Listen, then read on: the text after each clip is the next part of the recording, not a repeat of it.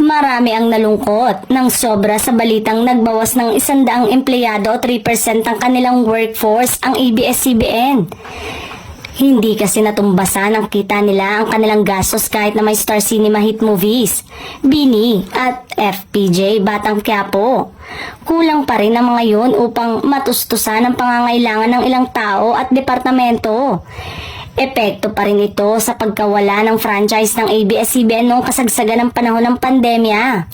Dahil malapit na naman ang eleksyon, sana'y hindi natin makalimutan ng mga taong nagsulong nito at dahilan ng pagkawala ng trabaho ng kasamahan natin sa media. Sa GMA naman, kahit umano may franchise ito, hindi pa rin ito naaabot ang desired na kita. Kaya sa mga susunod na araw, mapapansin yung tipid-tipid ang shows at ang host, anchors at artista ng mga programa ay may streamline ulit. Sa kabila ng pinagdadaanan ay natuwa tayo nang mabalitaan natin noong first week of October na pumapasok na muli sa ABS-CBN compound ang mga empleyado tuwing Martes.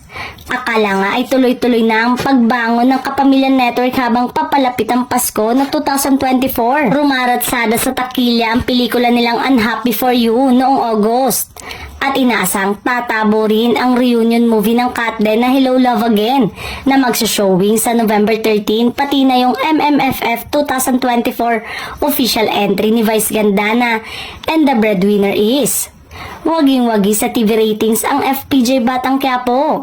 Bukod dito, more and more ang mga teleseryeng ikinakasa ng ABS-CBN.